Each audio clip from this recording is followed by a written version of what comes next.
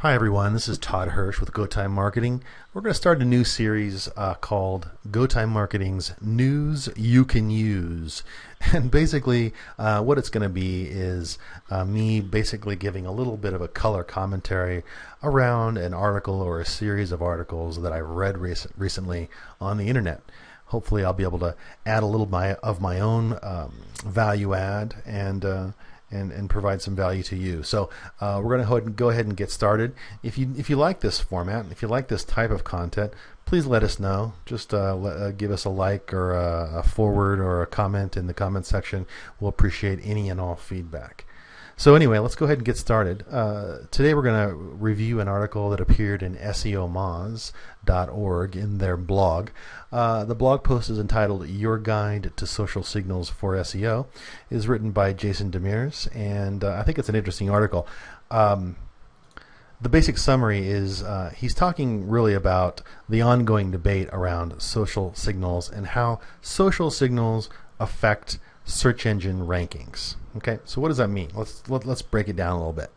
Social signals are things like when you read an article on the internet, if you read an article, somebody's blog, or you have a web page or a video or something that you think is kind of interesting, and you share that on Facebook. Okay, you share that link, or you share it on Twitter, or you follow that person, or you share it on LinkedIn. You add that person to your circle on Google Plus, or you share that link on Google Plus. Those are all social signals. And so the big debate that's been going on for really the last couple years is how much are social signals affecting Google search rankings. And we're talking about Google, but we're really talking about all search rankings, right?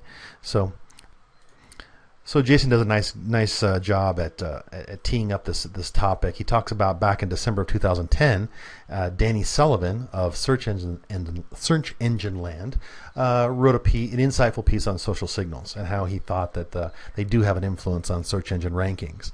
And in fact, 2 weeks after that article, Matt Cutts over at Google released a webmaster video confirming that social signals do in fact play a role in organic search. So we've known for a couple years now that they do play a role. The big question is how much of a role. So later on in the article here, he talks a little bit about citing a few studies around the exact correlation of social signals and SEO. But what he does say is that it's clear that the importance of social signals is increasing with time. And that begs several questions. How and why do social signals improve rankings? What's the future of social signals with regard to SEO? And what steps should be taken right now to improve your website's social signals? So Jason gets right into it. He says, well, how and why do social signals improve rankings?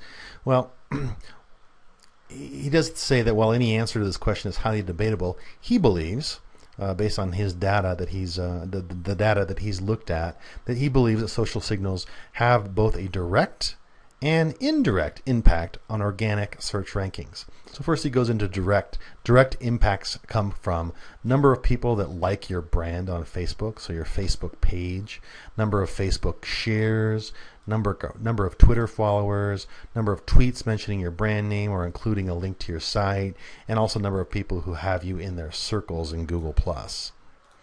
And he got this data from a search metrics study back in June 7th of this year, entitled, this is a search metrics blog post entitled Facebook and Twitter shares closely linked with high Google search rankings.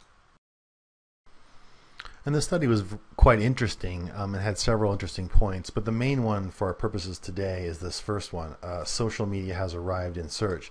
The study came to the conclusion that there was a very high correlation, okay, not causation, with Facebook and Twitter social signals and search engine rankings. They said the number of Facebook shares a web page has received appears to have the strongest association, a correlation of 0.37. And Twitter is far behind Facebook, but is still sixth, the strongest factor on search metrics list of Google ranking factors with a correlation of 0.25. Okay, so a correlation, interesting. Certainly not a causation, but something to look at in terms of how social signals are now affecting search engine rankings. Jason goes on to talk a little bit more about indirect impacts. What are indirect impacts? These are things like increased inbound links and citations due to improved online visibility, increased positive reviews on Google Local and Yelp, for example, and decreased bounce rates, higher time on site, and more repeat visitors of your website. So are these direct social signals? Well, not really. They're indirect, like you said.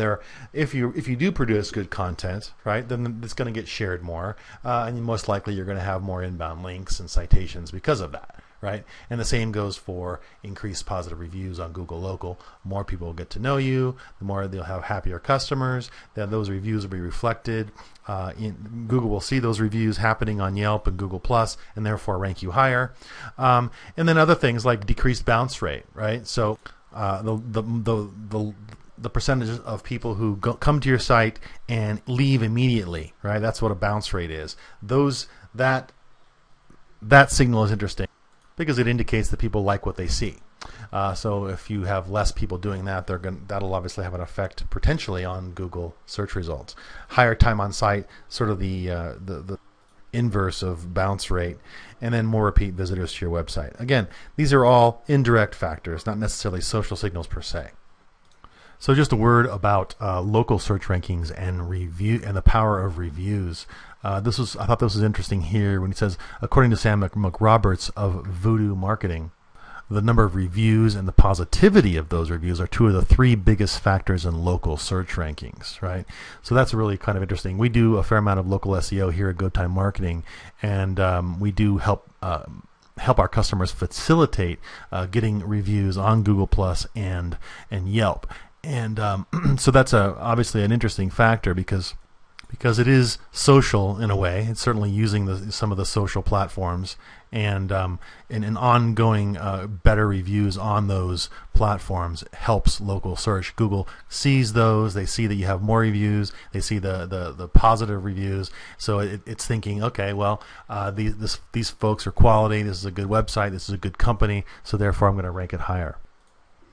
So one of the debates that's going on around social signals is really, are social signals becoming the new link in terms of overall importance in the ranking algorithm?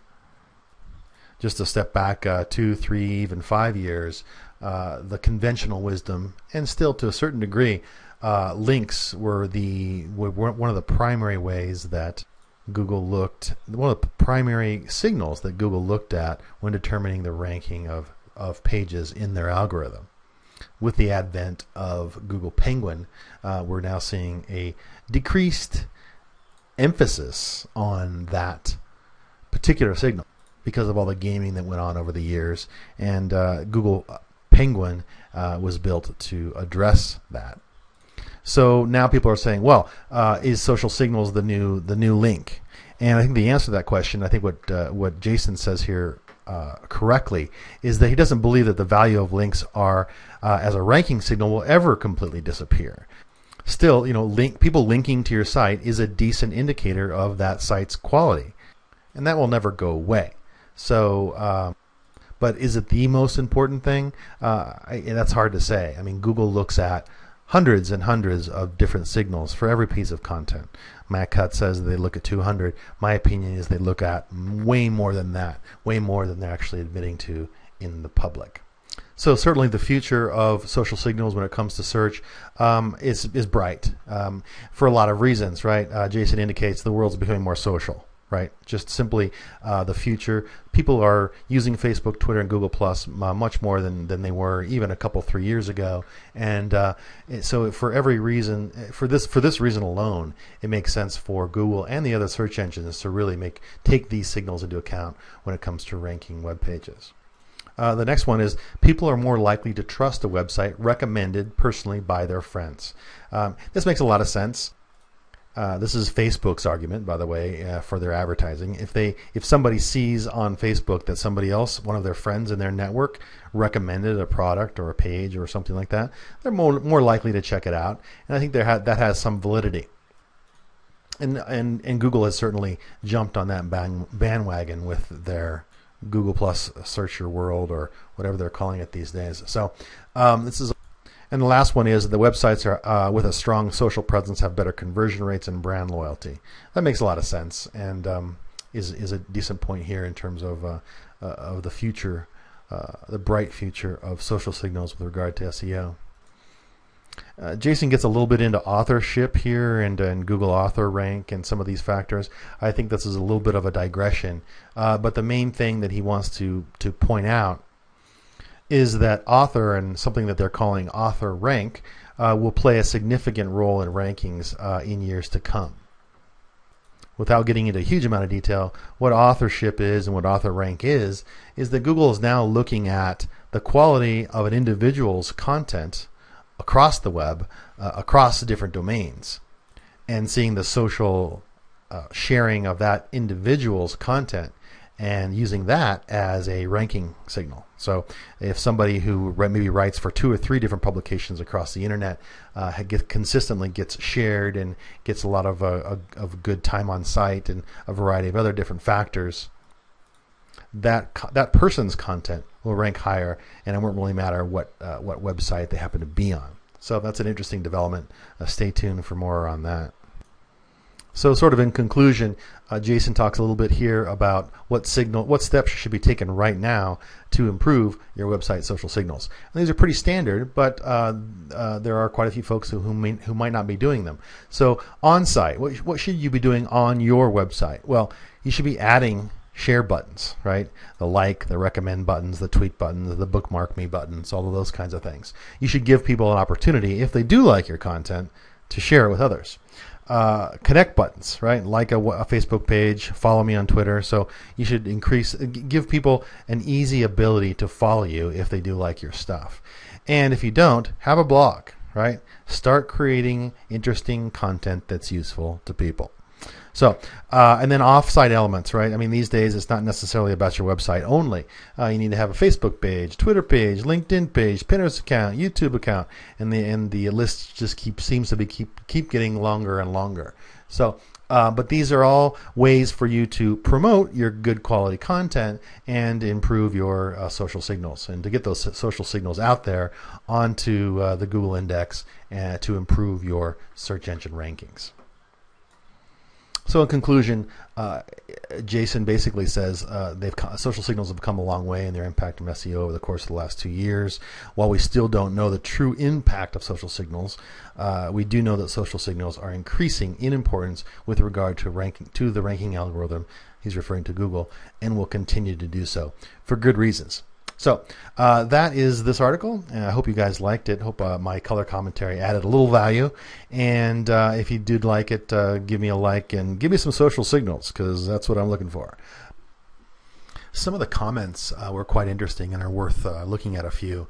This first one, actually, or the last one, I guess, from Red Robot Media, says Google Plus is working particularly well for us. I post everything I write or publish on my Google Plus page now, and our visibility has shot up dramatically. We get far more benefit from Google Plus than Twitter or Facebook. Perhaps no surprise, really. This comment from Irish Mark, good post. I do believe that too many companies are underestimating the importance of a social presence. Unless they can identify a direct correlation between investing time in social media and the ROI, they're quick to judge it in a negative light.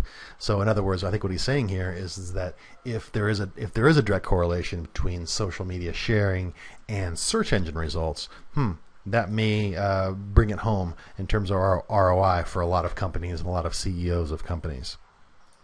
Good point from Limerick Lawless. He says, I think too many small companies just set up a Facebook page and Twitter account and expect something magic to happen. When they don't see an immediate result, they lose faith. Of course, this is true and something we talk about with our clients all the time at Go Time Marketing, which is just because you have an account doesn't mean that if you're not doing much with it, you're not going to get much out of it, right? I mean, the web really is what you make of it.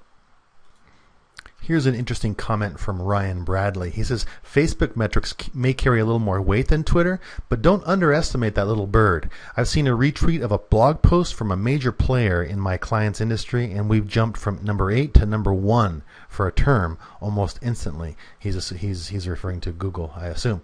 So interesting. Obviously, that's just one factor in many. But if he saw a quick change to the Google ranking just based after an action like a retweet, that is an interesting observation.